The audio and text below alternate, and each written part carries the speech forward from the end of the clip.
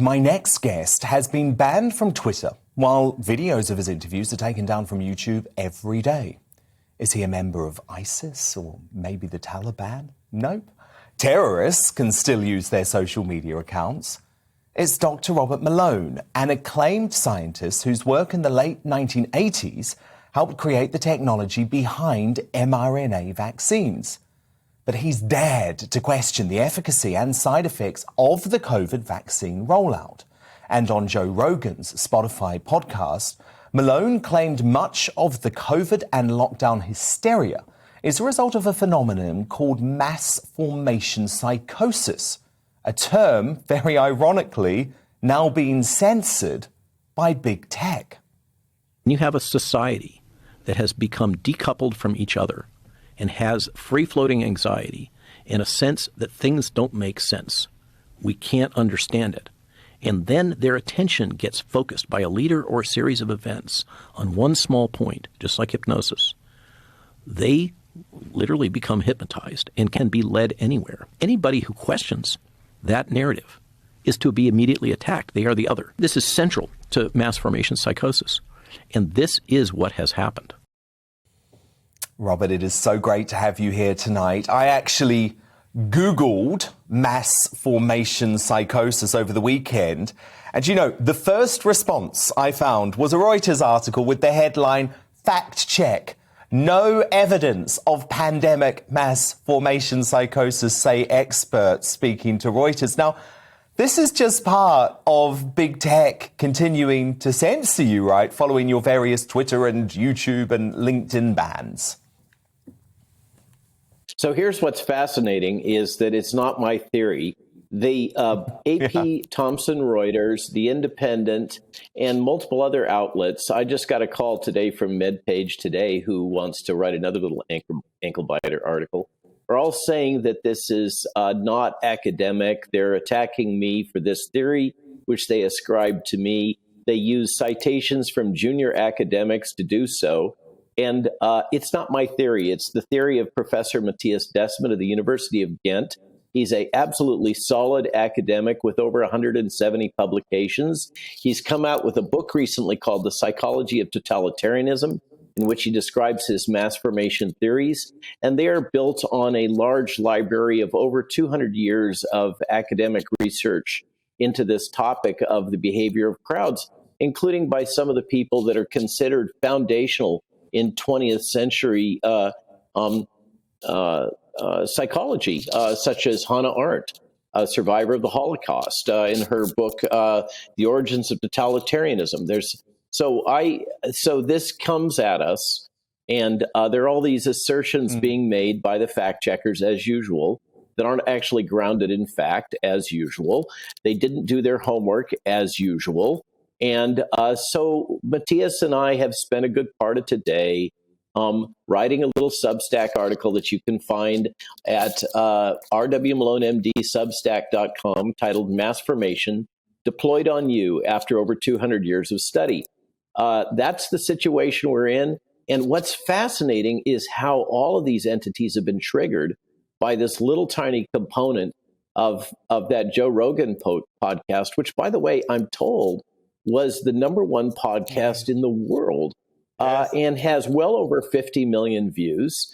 And in what became trending out of that, was fascinating to me, is mass formation. And by the way, Matthias reprimanded me on a podcast that I did with him and Peter McCullough. He said, don't use the term psychosis because it's not in the Diagnostics and Statistical Manual for diagnosing psychiatric disease. So now let's all get on the bandwagon with Matthias, since it's his theory, and just call it mass formation, or we can call it mass formation hypnosis, but we're not supposed to say psychosis because the gods of psychiatry haven't blessed that yet. I like the term, and I think it makes a lot of sense. And I've just been wondering, Doctor, if you've been looking at what's happened in Australia with Novak Djokovic over the past few days and his treatment, and wondering if that could be an example of mass formation psychosis.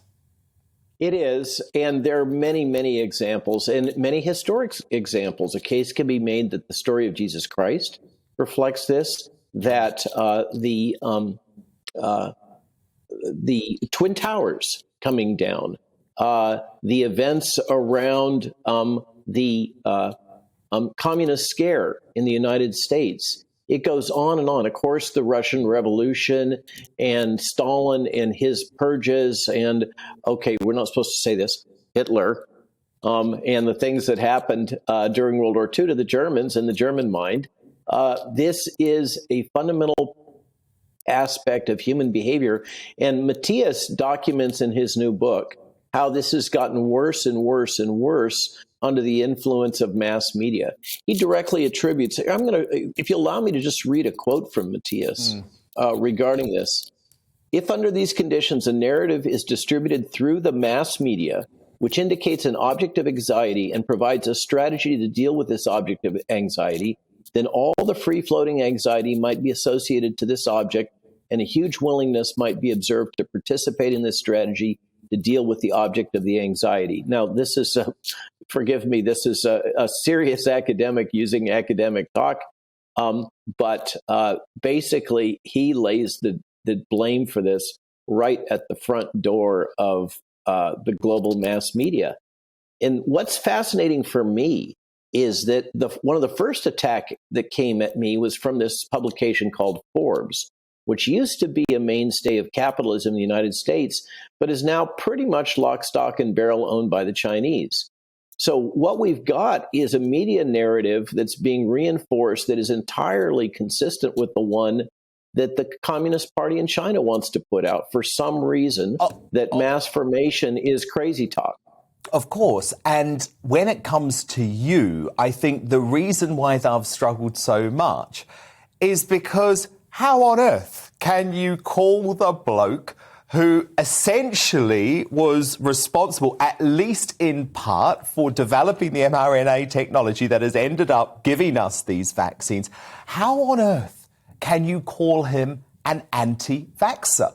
But because you have questioned the vaccine rollout, because you have questioned Pfizer, because you have questioned the side effects, you are now branded an anti-vaxxer, even though you did actually have the first two jabs yourself. There's an answer to that. What you do is you change the meaning of the word anti-vaxxer in Webster's dictionary to include anybody who has reservations about mandates. Yeah. That's how you do it.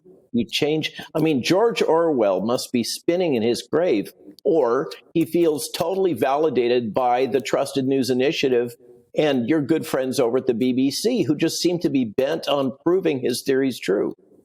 I know. It's so disturbing. Look, I want to play you a clip of the Labour leader here. He's called Keir Starmer. I actually call him the leader of no opposition, because he seems to think that the solution to Omicron is vaccinating young children. Can you have a look at this, Robert, and I'll get you to react off the back. Only about half of those over 12 who are eligible to be vaccinated have been vaccinated. We said to the government, use the Christmas period to vaccinate those children.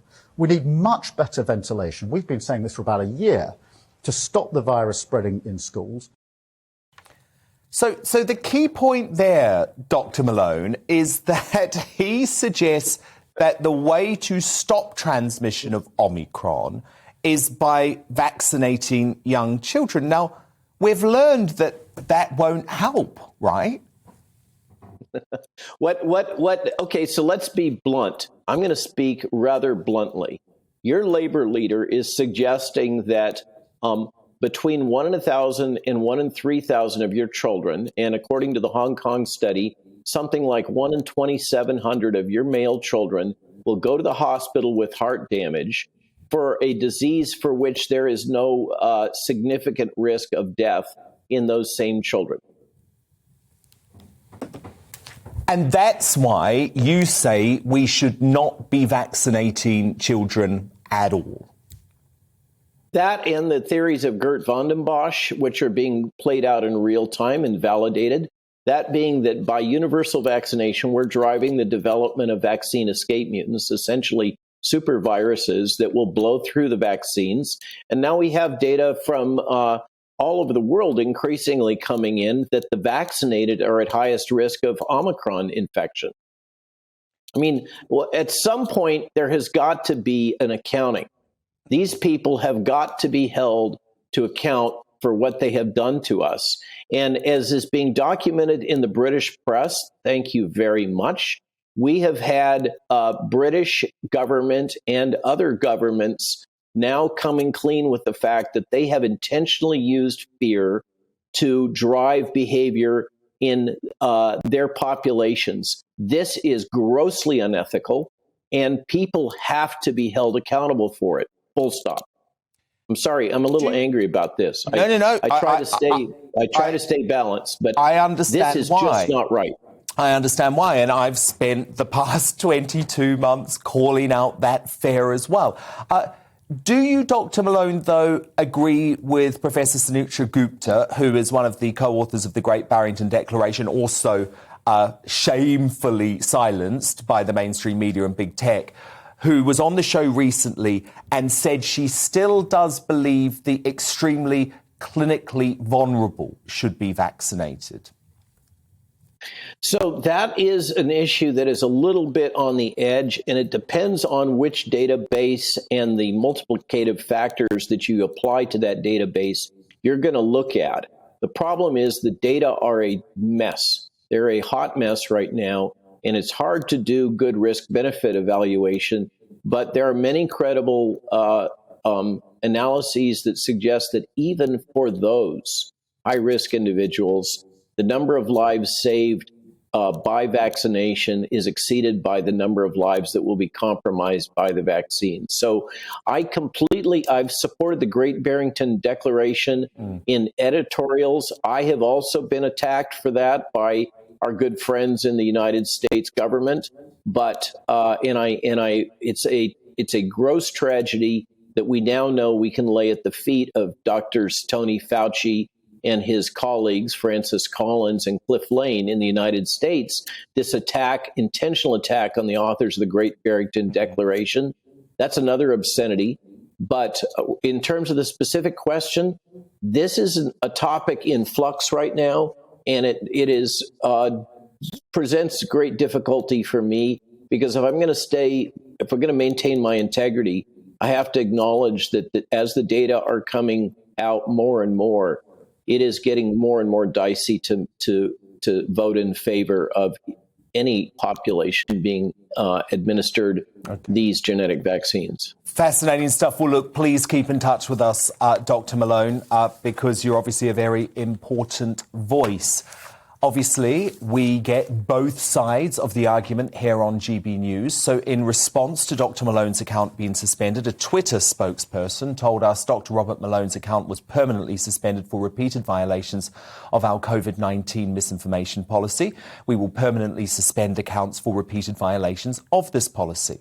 On Dr. Malone's comments about mass formation psychosis around COVID, Stephen Riker, professor of social psychology at the University of St Andrews and crucially a SAGE member, said telling people who disagree with you that they are deluded and in a state of psychosis is essentially a device to silence them and a form of disrespect. It alienates and hence undermines an attempt at dialogue. It isn't an explanation of the problem, it is part of the problem. And Pfizer have responded to Dr. Malone's comments, the company told us tonight, with hundreds of millions of doses of the Pfizer-BioNTech COVID-19 vaccine administered globally. The benefit-risk profile of our vaccine remains positive.